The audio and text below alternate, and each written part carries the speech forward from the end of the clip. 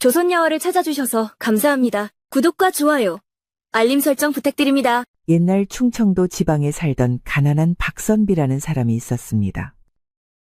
박선비는 집이 몹시 가난해서 양반의 체면이고 뭐고 당장 끼니를 걱정해야 할 정도였지요.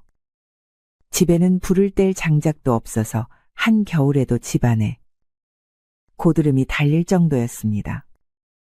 당신은 여기 이 고드름이 안 보이시오? 날이 많이 추워졌구려.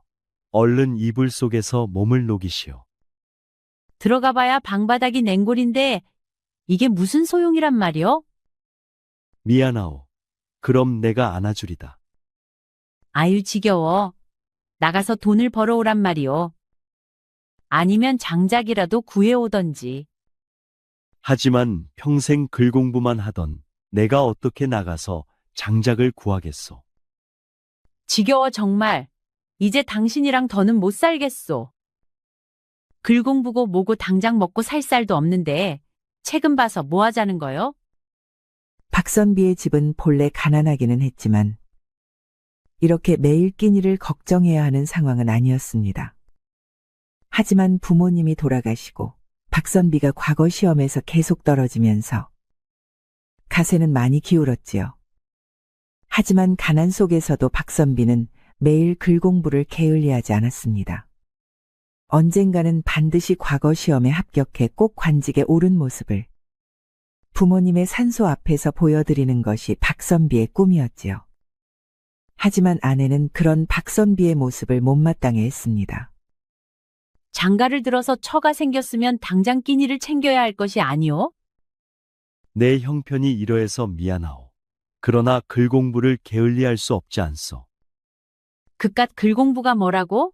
되지도 않을 과거 공부는 때려치우면 되는 것 아니오? 내 그럴 수는 없소. 정녕 그러면 내가 제 너머 숙부님에게 가서 양식을 좀 구워오리다. 아니 제 너머 그 박부자 영감댁 말이시오? 어서 다녀오시오. 어서. 박선비의 아내는 박선비를 닥달하며 거의 내쫓듯 박선비를 대문 밖으로 내몰았습니다. 박선비는 하는 수 없이 낡은 도포를 챙겨 입고 길을 나섰지요. 그럼 내 다녀오리다.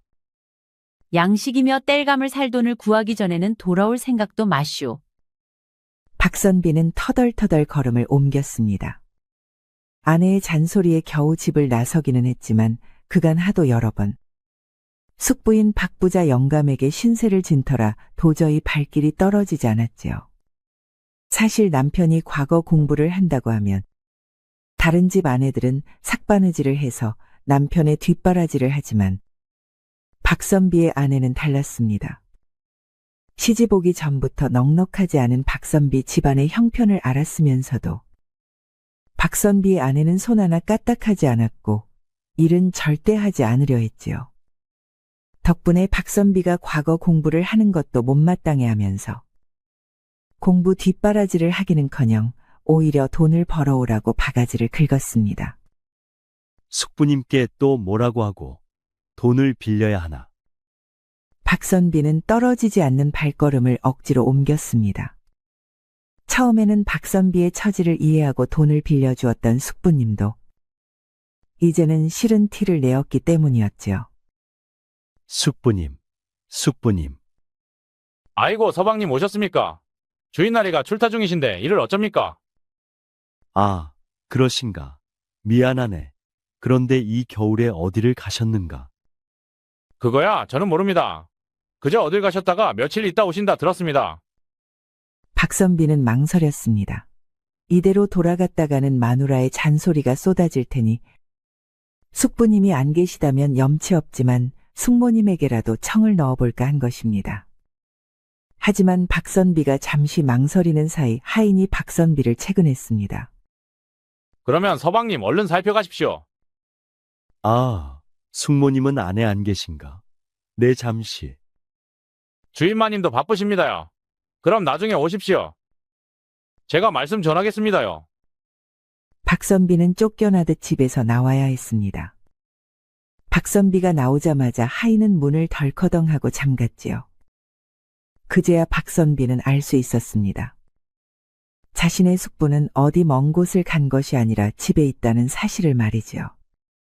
그저 자신을 만나기가 싫어서 핑계를 대고 나오지 않은 것이었지요. 박선비는 씁쓸한 마음을 속으로 삼키며 터덜터덜 집으로 향했습니다. 숙부인 박영감의 집안에는 분명 박영감이 있었습니다. 행랑채 옆 마구간에는 박영감이 타고 다니던 말도 있었고, 문틈으로 보이던 사랑채 밖에는 박영감이 늘 짚고 다니던 지팡이와 다른 손님들의 신발까지도 보였습니다. 그랬습니다. 부유했던 박영감의 집에는 늘 손님들이 북적였고, 박영감은 그런 손님들과 행랑채에 있으면서도 조카인 박선비가 찾아온 것을 알고도 나와 보지도 않고 하인을 시켜 핑계를 대어 그냥 쫓아낸 것이었습니다. 누구를 탓하겠는가? 다 내가 못난 것을. 하지만 박선비는 그 누구도 탓하지 않았습니다. 그저 자신이 더 열심히 글 공부를 해 과거에 합격하지 못한 것을, 자신이 좀 더 잘나지 못한 탓만 했습니다. 이대로 들어가면 보나마나 아내에게 쫓겨날 텐데. 박선비는 한참을 고민하다 결국 전당포로 향했습니다. 이보시오. 이 도포를 좀 팔려고 하는데. 어서 오시오. 그 도포 말이오. 그렇소. 비록 오래되기는 했지만 아주 좋은 비단으로 만든 것이오. 그렇긴 한데, 에이, 너무 낡았시오. 딴 데 가보시오. 부탁이오. 그래도 당시에는 정말 비싼 것이었소. 이걸 못 팔면 당장 끼니를 굶어야 하오. 알겠소. 하지만 내 5냥밖에 못 쳐주니 그리 아시오. 박선비는 도포를 벗어주고 겨우 5냥을 구해 밖으로 나왔습니다. 겨울에 하나밖에 없는 외투까지 팔고 나니 찬바람에 살이 에일듯 너무 추웠지만 그래도 아내에게 뭐라도 가져다 줄 것이 생겨서 박선비는 기뻤지요. 5냥이면 그래도 얼추 겨울은 날 수 있겠다 싶어서 박선비는 한결 가벼운 마음으로 집으로 향해 발을 떼었습니다. 그때였지요. 이 고얀 영감을 내 가만히 둘 것 같아. 이 영감을 내 아주 요절을 낼 것이야. 말리는 사람은 함께 유절이 날 테니 그리 아시오. 갑자기 골목 한편이 시끄러웠습니다. 박선비가 쳐다보니 거기에는 불량배 둘이 한 노인을 잡아다 사정없이 매질을 하고 있는 것이 아니겠습니까?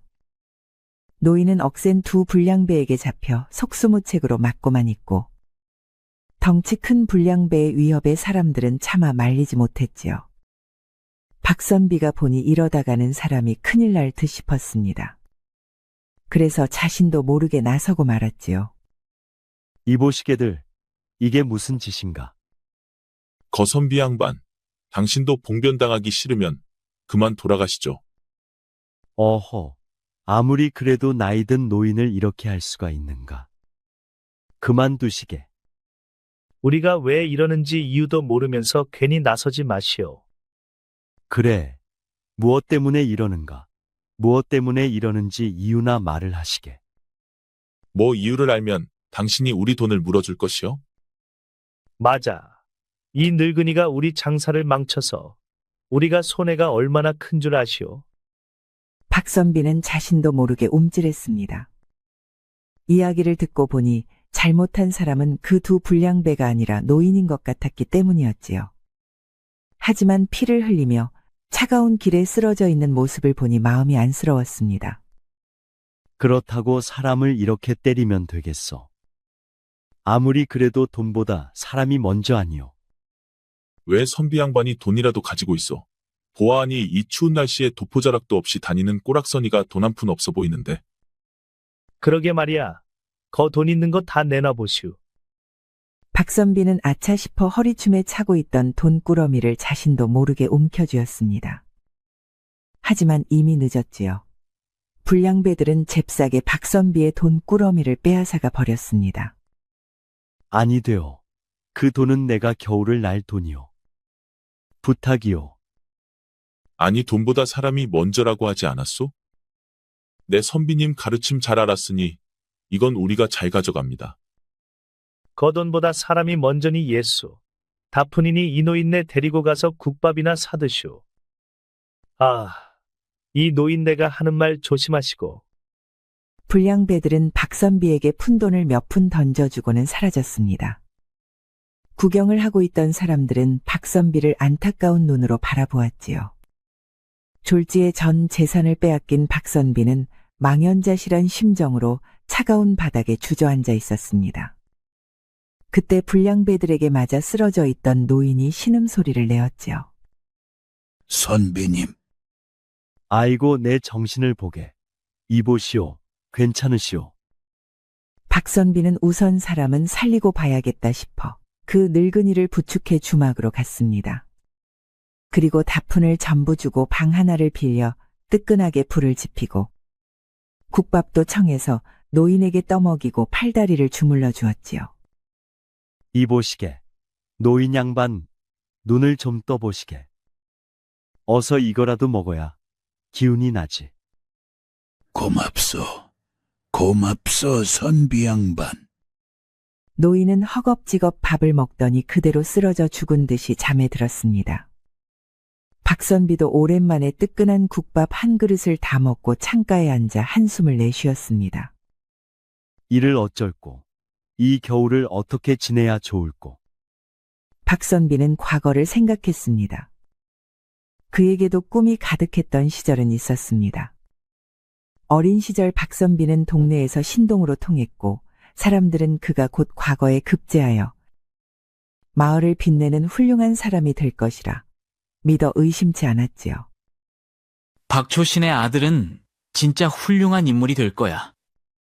아무렴, 저렇게 인물도 잘났지. 글 공부도 잘하지. 동네 훈장이 저렇게 영특한 아이는 태어나 처음이라고 그랬다지. 박초신의 가문이 가난해서 그렇지 예부터 학식이 높았어.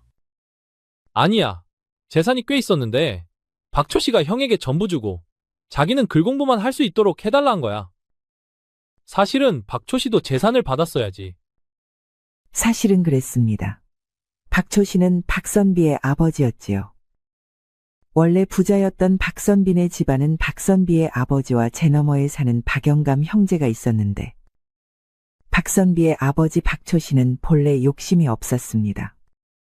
하지만 박선비의 아버지 박초 씨의 형인 박영감은 욕심이 많았지요.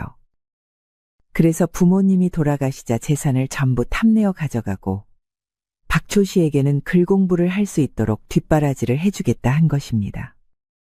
하지만 박선비의 아버지가 초시를 통과하고 건강이 나빠져 더 이상 글 공부를 이어나가지 못하고 박선비를 남긴 채 세상을 떠나자 이제는 박선비를 모른 척하고 있는 것이었지요.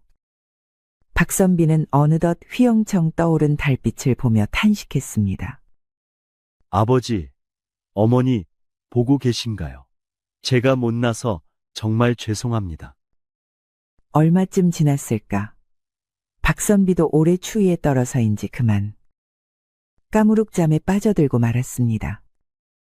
그가 무엇인가를 중얼거리는 소리에 눈을 떴을 때는 이미 창밖이 환하게 밝아 있었지요. 하지만 아직 따뜻한 이불 속이 좋았던 선비는 눈을 감은 채 자리에 누워 있었습니다. 주모가 깨울 때까지 누워 있다가 일어나야겠구나. 집에 가봐야 아내가 화를 낼 테지. 그때였습니다.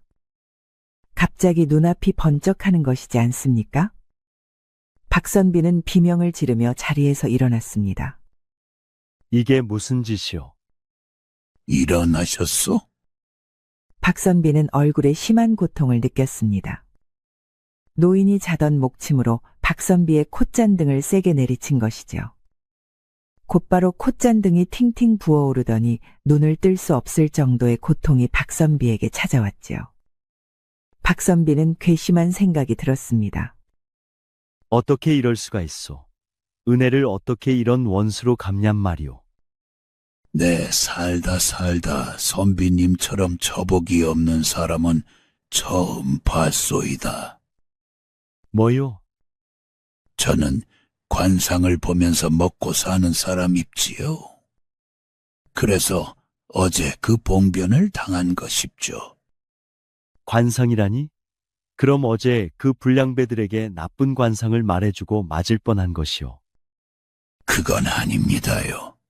어제 그 불량배들과 거래를 하려던 상인에게 관상이 좋지 않으니 거래를 하지 말라고 했다가 보복을 하러 찾아온 것이지요. 아니, 그런데 왜 자는 사람을 이렇게 때리는 것이오? 저를 구해주신 선비님을 도저히 그냥 두고 볼 수 없어 그리했으니 용서해 주십시오. 미리 이야기를 해도 허락해 주실 것 같지 않아 관상을 좀 고쳤습니다. 관상을 고치다니. 무슨 말도 안 되는 소리를 하는 거요. 선비님은 마음씨도 고우시고 학식도 높고 명예운의 관운도 있으십니다요. 다만 초년운이 약하신데 무엇보다 처복이 없다 못해 아군이 끼어서 이 모든 걸 막고 있습니다요. 아니, 그럴 수가. 이 약한 처복이 모든 기운을 막고 있으니 도저히 그냥 볼 수 없었습니다요. 혹시 혼인을 하고 나서부터 오히려 일이 더 잘 안 되고 하시지는 않았습니까요? 그걸 자네가 어찌 아는가?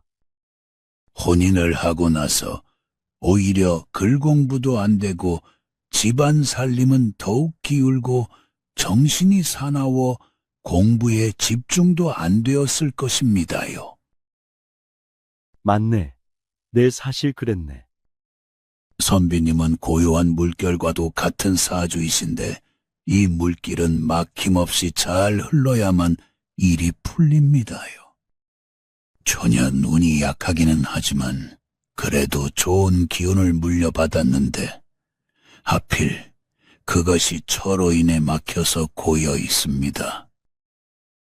그래서 제가 뚫어드린 것이지요.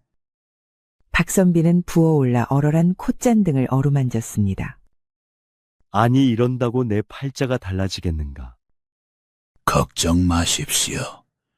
관상이란 본래 외형적인 모습만 보는 것이 아닌 그 사람의 마음을 담고 있는 그릇을 살펴 그 마음과 기운이 어떠한지를 보는 것입니다.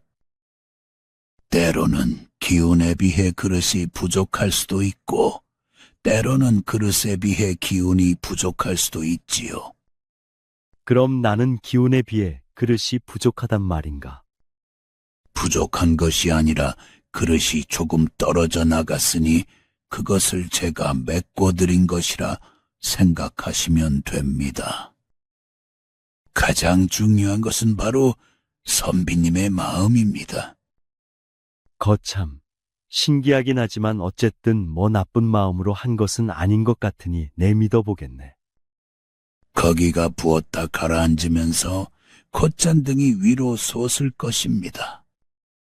그리고 무엇보다 중요한 것은 선비님의 마음이니 무엇이 가장 중요한지를 다시 살펴보시지요. 무엇이 가장 중요한지를? 그렇습니다. 보아하니 아직 과거 시험을 치르지 못하신 것 같은데 내년 봄에 관운이 한 번 있을 것입니다. 그때 여비가 없으면 저에게 찾아오십시오. 제가 빌려드리겠습니다. 아니, 그런 고마운 일이 정말인가? 다만 무엇이 가장 중요한 것인지 생각하고 결정하셔서 사셔야 합니다. 가장 중요한 것은 사람의 마음과 기운입니다. 그 말을 듣고 박선비는 생각에 잠겼습니다. 그리고 자신이 구해준 노인과 헤어져 집으로 향했지요. 노인은 아랫마을에 있는 자신의 집을 알려준 뒤 사라졌습니다. 그리고 무엇이 가장 중요한 것인지 생각해보라고 박선비에게 신신당부를 했지요. 박선비는 조용히 집으로 향했습니다. 그는 큰 결심을 한 상황이었지요. 해가 휘영청 떠올랐지만 박선비의 아내는 아직도 세상 모르고 잠들어 있었습니다. 방에는 군부를 뗀 것인지 온기가 돌았지요. 박선비는 조용히 부엌으로 가보았습니다. 부엌에는 밥을 지어 먹은 흔적과 방에 군부를 따뜻하게 뗀 흔적이 있었습니다. 이 사람은 내가 없으니 혼자 밥을 해먹고 집에 불을 지폈구나. 그랬습니다. 박선비의 아내는 양식과 장작을 숨겨두고 있다가 박선비가 집을 나가자마자 혼자 불을 떼어 밥을 지어 먹고 뜨끈한 방에서 늘어지게 잠을 자고 있었던 것입니다. 박선비가 늘 숙부의 집에 가면 이틀에서 3일 정도는 묵고 오기 때문에 박선비가 돌아오지 않을 줄 알았던 것이죠. 박선비는 혼자 탄식했습니다. 늘 내 탓을 했건만 결국은 내 꼴이 일이 되는구나. 박선비는 조용히 자신의 아내가 일어나기를 기다렸습니다. 박선비의 아내는 대낮이 되어서야 겨우 눈을 떴지요. 아이고 잘 잤다. 에그머니나 아니 언제 오셨수? 아까 왔소. 잘 잤소. 네. 밤새 서방님 언제 오시나 기다리다. 새벽에 잠이 들어서 일이 늦게 깼네요. 식량도 장작도 없다더니 어제는 왜 불이 들었소? 아, 하도 추워서 옆집에서 장작 좀 구웠어요. 그러고 보니 왜 빈손이요? 숙부님께 돈은 좀 구워 왔어? 숙부님이 집에 안 계셨소. 그래서 말씀드리지 못했소. 뭐요? 아니 집에 안 계시면 오실 때까지 기다려야지. 이렇게 오면 어쩝니까? 내가 진짜 못 살아? 나랑 못 살면 어찌할 것이오. 그래도 우리는 백년해로를 약속한 사이 아니오. 백년해로 같은 소리 하고 있네. 나는 이제 더 이상은 이렇게 못 살아요. 나는 집을 나가겠소. 박선비는 조용히 아내를 바라보았습니다. 화가 나 마구 악다구니를 질러대는 아내는 박선비가 지난밤 어디서 어떻게 지냈는지, 퉁퉁 부은 얼굴이 왜 그런 것인지에는 관심이 없었지요. 그저 숙부에게 돈을 빌려오지 못한 것에만 관심이 있었습니다. 박선비는 한숨을 쉬었습니다. 진심이시오? 이제 더 이상 나와 살지 않고 집을 나가겠다는 말이오? 왜? 내가 못 나갈 것 같아 보이시오? 이제는 지긋지긋해서 못 살겠소. 알겠소. 그럼 내 이혼증을 써주리다. 박선비는 그 자리에서 먹을 갈아 이혼증을 써서 주었습니다. 이제는 더 이상 두 사람이 부부가 아니라는 것을 증명하는 것이었지요. 박선비가 거기에 이름을 적자 아내도 옳다쿠나 이름을 적어 넣었습니다. 이제 당신과 나는 더 이상 부부가 아니니 앞으로는 아는 척도 하지 마시오. 알겠소. 그래도 한때는 부부였는데 호강을 시켜주지 못해 미안하오. 흥, 알면 됐어. 뭐 동네 수제라기에 금방 과거 급제에 출세할 줄 알았더니 이런 가난뱅이일 줄 누가 알았겠어? 난 이만 가보겠소. 박선비의 아내는 뒤도 돌아보지 않고 집을 떠났습니다. 떠나면서 그나마 있던 약간의 세간도 전부 챙겨서 가지고 떠났지요. 박선비는 알고 있었습니다. 자신의 아내는 이미 옆마을 최부자와 눈이 맞았다는 소문이 온 동네에 파다했습니다. 저 박선비의 아내가 옆마을을 드나든다는 사실을 박선비는 아나? 모르겠지.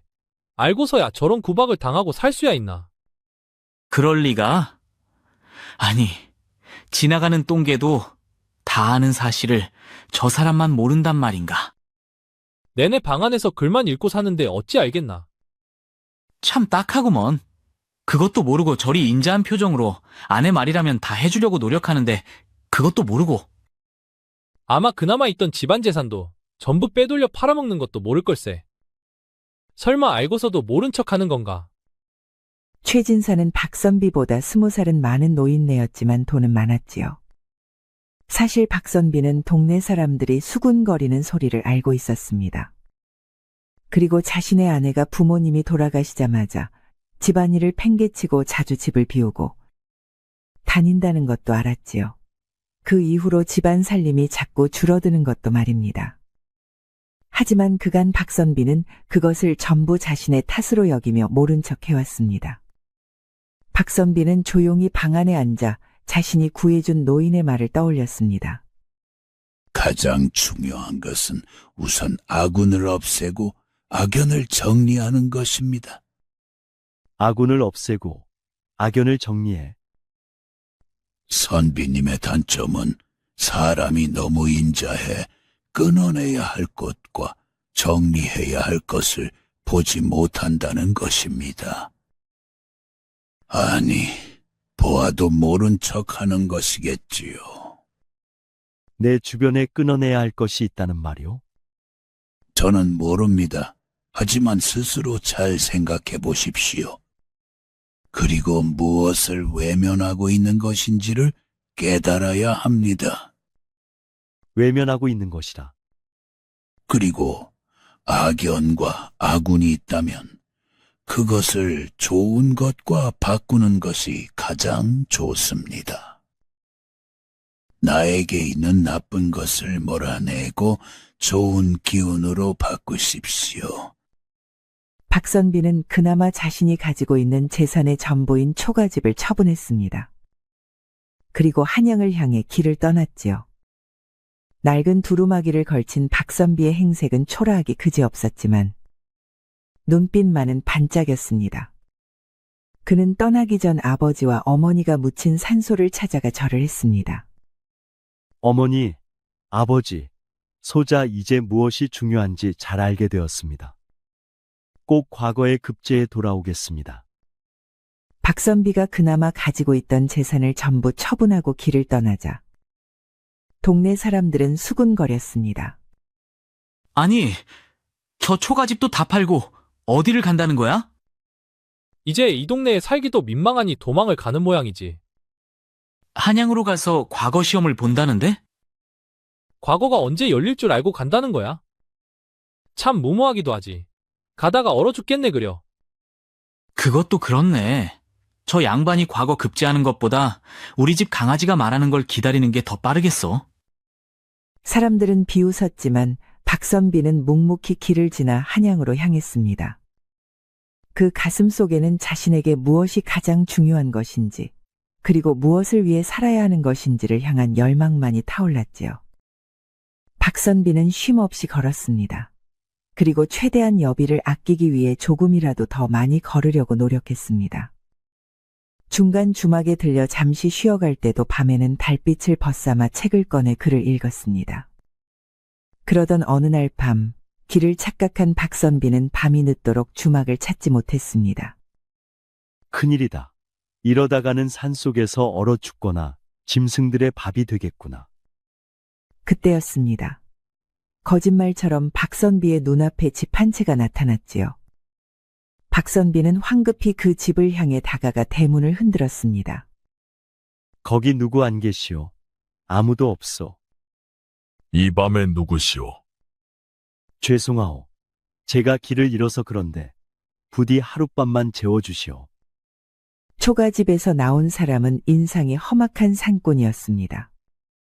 그는 대문을 열어 박선비를 보더니 아무 말 없이 그를 집으로 들였습니다. 초라하기는 하지만 일단 하룻밤 묵어 가시오. 정말 고맙소. 내 이 은혜는 잊지 않겠소. 초가집은 다 쓰러져 갈 것 같았지만 방 안에는 온기가 돌았습니다. 박선비는 살 것 같았지요.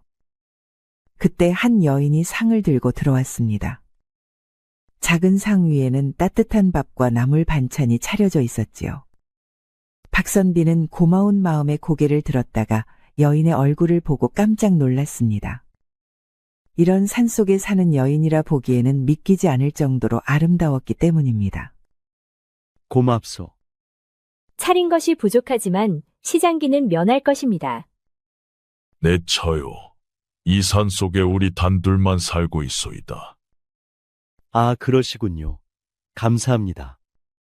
박선비는 허겁지겁 밥을 먹었습니다. 밥이 거칠고 반찬도 소박했지만 이 정도도 박선비에게는 감지덕지였지요. 그렇게 밥을 먹는 박선비의 모습을 보던 산꾼은 몸을 일으켰습니다. 그럼 쉬어 가시오. 어딜 가시오? 이 밤에? 나는 산에서 먹고 사는 사람이오. 밤에 나가 짐승을 잡아와야 하오. 서방님, 조심해서 다녀오세요. 산꾼은 이 말만 남기고 마당으로 나가 신을 신더니 망태기를 들고 밖으로 사라졌습니다. 여인은 아무렇지 않은 듯 산꾼을 배웅하고 방으로 들어와 상을 치웠지요. 갑자기 깊은 밤에 여인과 단 둘이 남게 된 박선비는 어색해졌습니다. 여인이 상을 치우고 방을 드나들며 이부자리를 펴줄 때마다 그 아찔할 정도의 아름다운 자태의 박선비는 자신도 모르게 가슴이 뜨거워졌기 때문이지요. 그럼 얼른 주무시지요. 저는 여기서 자겠습니다. 아니, 한 방에서 잔단 말이오? 네, 여기는 방이 하나밖에 없습니다. 그러니 푹 주무시지요.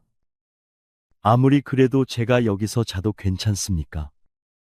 밖은 너무 추워서 지금 나가시면 얼어 죽거나 호랑이에게 물려갑니다. 그러니 얼른 주무세요. 제 서방님은 아침이 되어야 들어옵니다. 그 말을 남기고 여인은 아무렇지도 않게 옷을 훌을 벗더니 하얀 속적오리와 속적삼 바람으로 이불 속으로 쏙 들어갔습니다.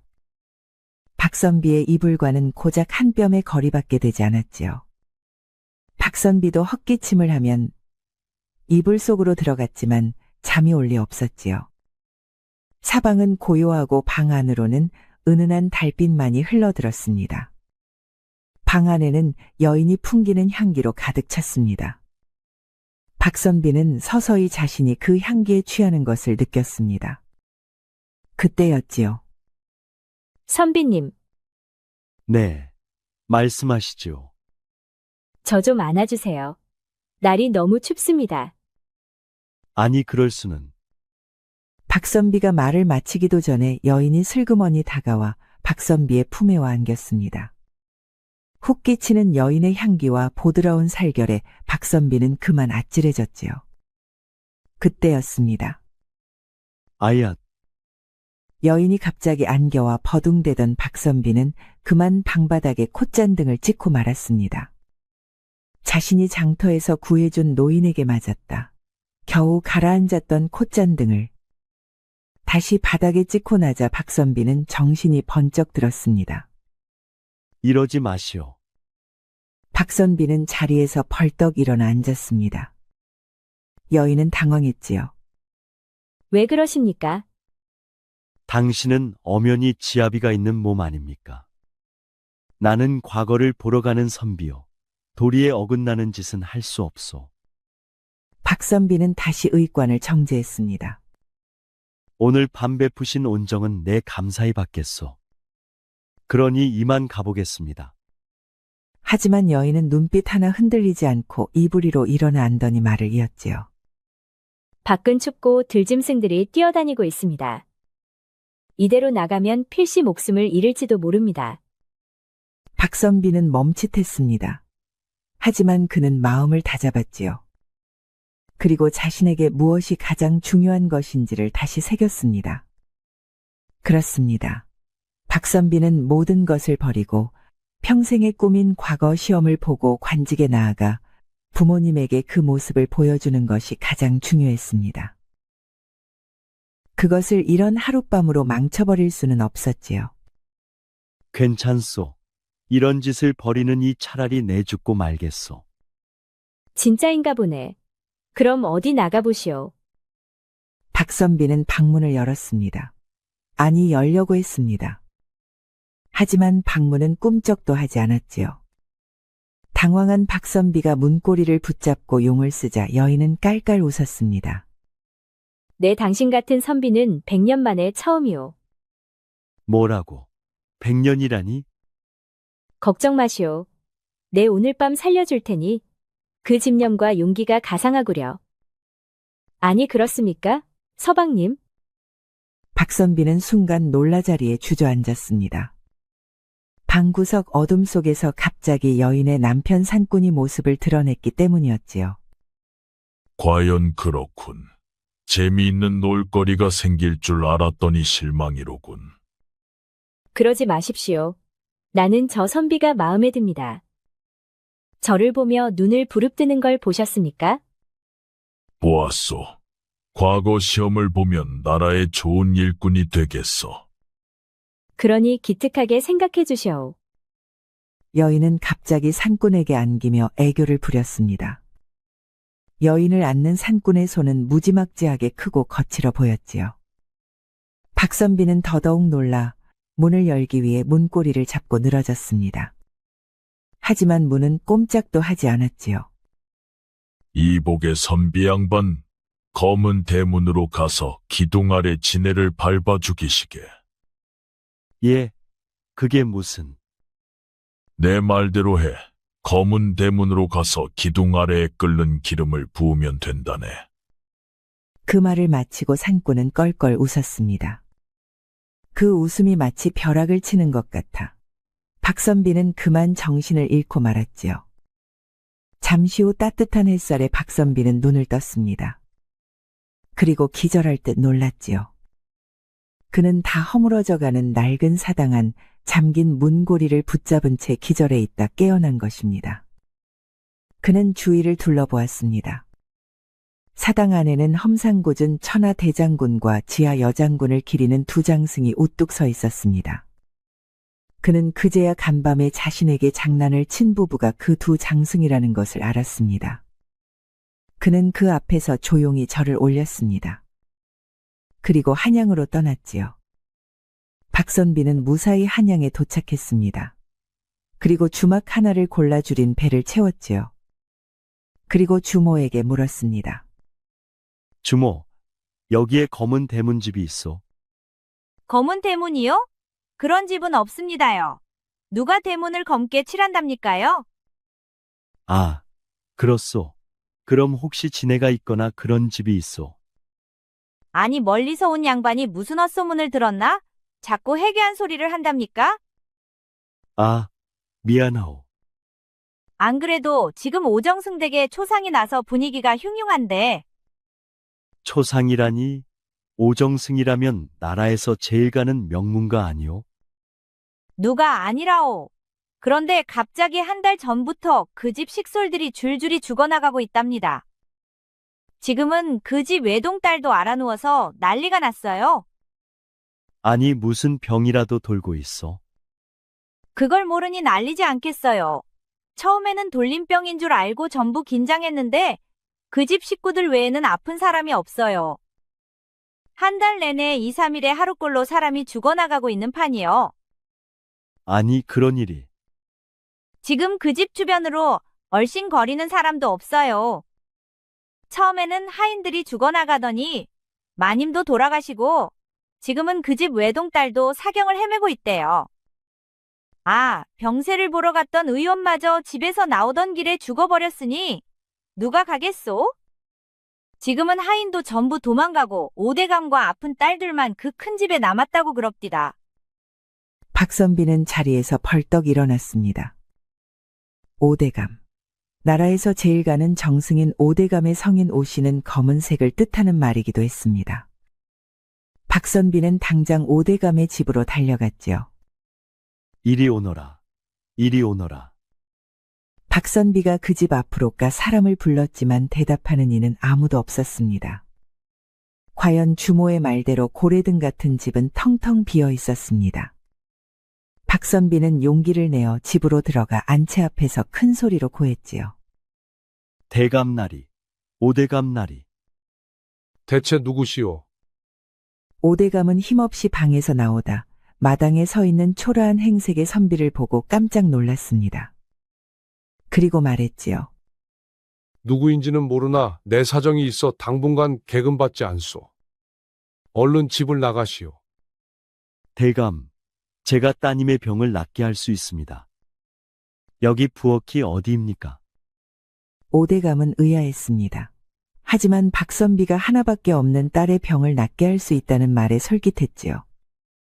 지금으로서는 지푸라기라도 잡아야만 하는 것이 오대감의 심정이었습니다. 박선비는 가마솥에 불을 떼고 기름을 끓였습니다. 그렇게 팔팔 끓인 기름을 한 바가지 퍼서는 집안의 모든 기둥 아래에 끓는 기름을 부었습니다. 오대감은 그런 박선비의 행동을 바라고 보만 있었습니다. 그간 온갖 의원이며 약사들이 오대감 집안의 병을 해결하겠다고 왔지만 해결한 사람은 아무도 없었습니다. 그중 한 의원은 오히려 피를 토하며 죽기까지 했지요. 그 사이에도 오대감의 식솔들은 하루가 멀다 하고 죽어나갔습니다. 지금으로서는 처음 보는 거짓골을 한 선비가 이상한 짓을 한다 한들 오대감으로서는 말릴 생각도 말릴 힘도 없었습니다. 저러다 소용이 없으면 대충 노잣돈이나 줘서 보내면 되겠지 하는 생각이었지요. 박선비가 펄펄 끓는 기름을 기둥마다 부었지만 아무 소용이 없었습니다. 그러다 마지막으로 박선비가 진지한 표정으로 펄펄 끓는 기름을 본 채 기둥에 붓는 것을 본 오대감이 입을 열었지요. 이보시게 선비 양반, 그만하시오. 내 노잣돈은 챙겨줄 테니 자네도 얼른 이 집을 나가는 게 좋을 걸세. 마지막입니다. 분명 여기 있을 것입니다. 박선비는 이렇게 외치며 펄펄 끓는 기름을 쏟았습니다. 그때였지요. 귀를 찢는 듯한 비명 소리가 들리며 기둥 아래가 들썩하더니 흙먼지를 일으키며 큰 진해 한 마리가 땅에서 빠져나왔습니다. 땅에서 빠져나온 진해는 몸 길이가 사람만 했습니다. 박선비는 서둘러 부엌으로 달려가 남은 기름을 몽땅 가져와 진해에게 뿌렸습니다. 진해는 다시 한번 몸부림을 치며 끔찍한 비명을 지르더니 쓰러졌습니다. 박선비는 진해에게 달려가 힘껏 그 머리를 밟았습니다. 이 요물 당장 사라지거라. 박선비가 발로 밟자 진해는 마지막 몸부림을 치더니 꼬리로 박선비의 얼굴을 퍽 때렸습니다. 박선비는 진해의 꼬리에 얼굴을 맞고 쓰러졌다. 다시 정신을 차리고 진해의 얼굴을 다시 한번 힘차게 밟았지요. 진해는 노란 도객을 뿜더니 바로 그 자리에서 목숨이 끊어졌습니다. 오, 이럴 수가. 어떻게 이런 일이. 진해의 숨이 끊어지자 곧바로 방 안에 누워있던 오정승 외동딸의 창백한 얼굴에 발그레한 핏기가 돌더니 숨쉬기가 편해졌습니다. 오정승 역시 힘이 없던 몸에 힘이 들어가고 무겁던 머리가 가벼워지는 것을 느꼈지요. 고맙네, 고마워. 자네가 내 은인일세. 아닙니다. 저는 그저 할 일을 했을 뿐입니다. 아니야, 아닐세. 나와 내 딸 아이의 생명을 구한 은인이야. 그 진해는 천년 묵은 진해로 사람의 정기를 빨아먹으며 사는 요물이었습니다. 그간 몰래 산에 숨어 살다 천년을 채우고 요물이 되기 위해 나라에서 가장 큰 정승의 집으로 몰래 내려와 사람들의 정기를 빨아먹고 그 집을 차지하기 위해 숨어 있었던 것이지요.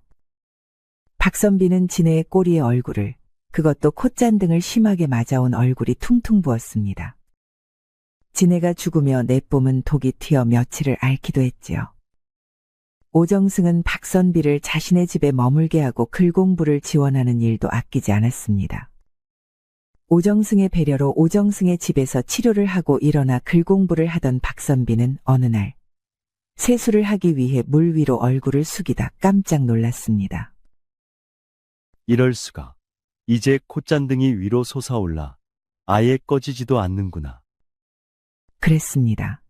자꾸 상처를 입었던 콧잔등이 이제는 붓기가 다 빠져도 꺼지지 않고 오뚝하게 솟아 있었던 것입니다.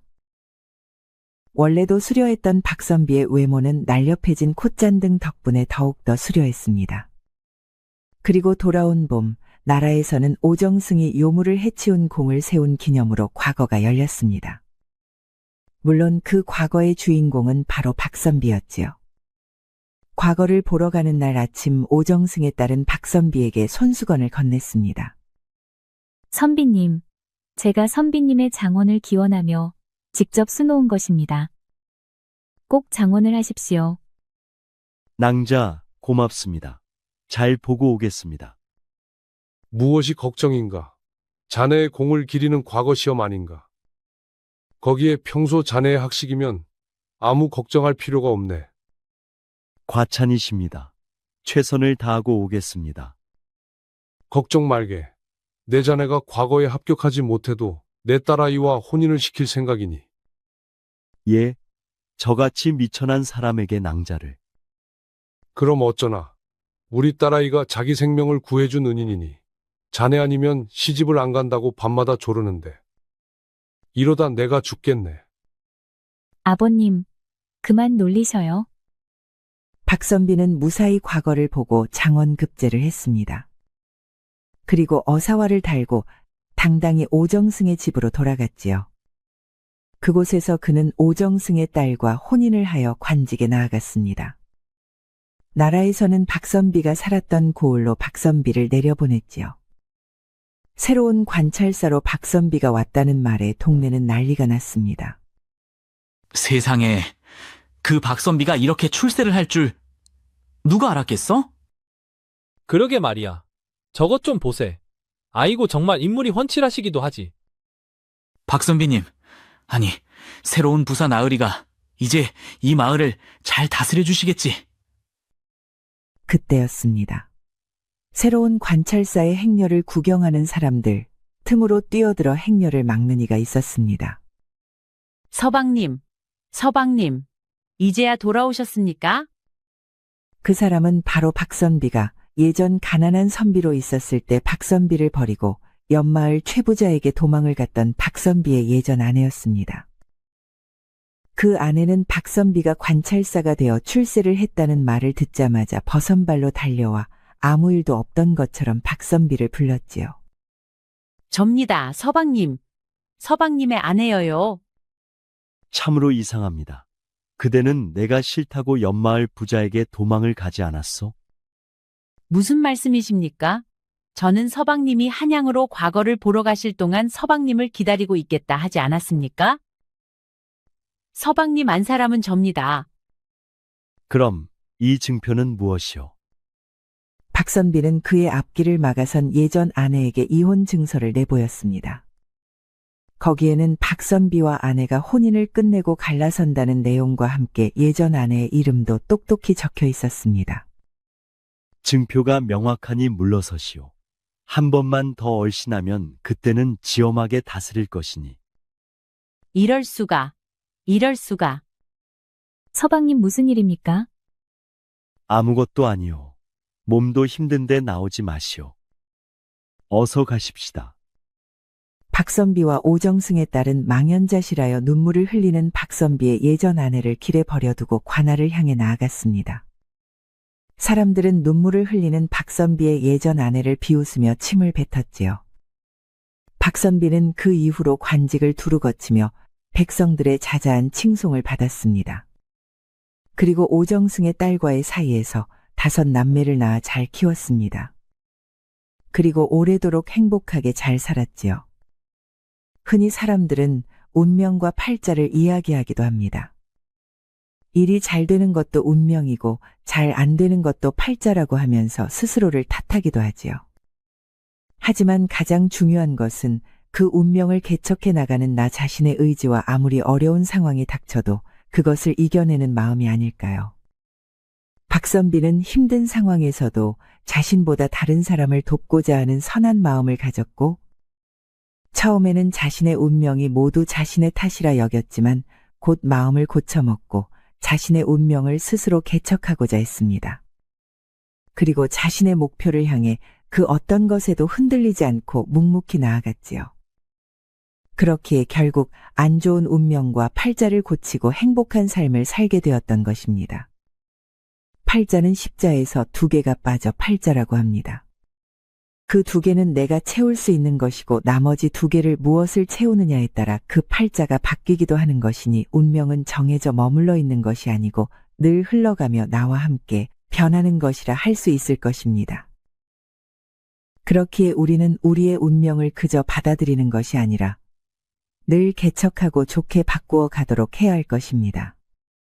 어쩌면 그것만이 우리가 바꿀 수 없는 우리의 운명일지도 모릅니다. 들어주셔서 감사합니다. 구독과 좋아요, 알림 설정을 꼭 부탁드립니다.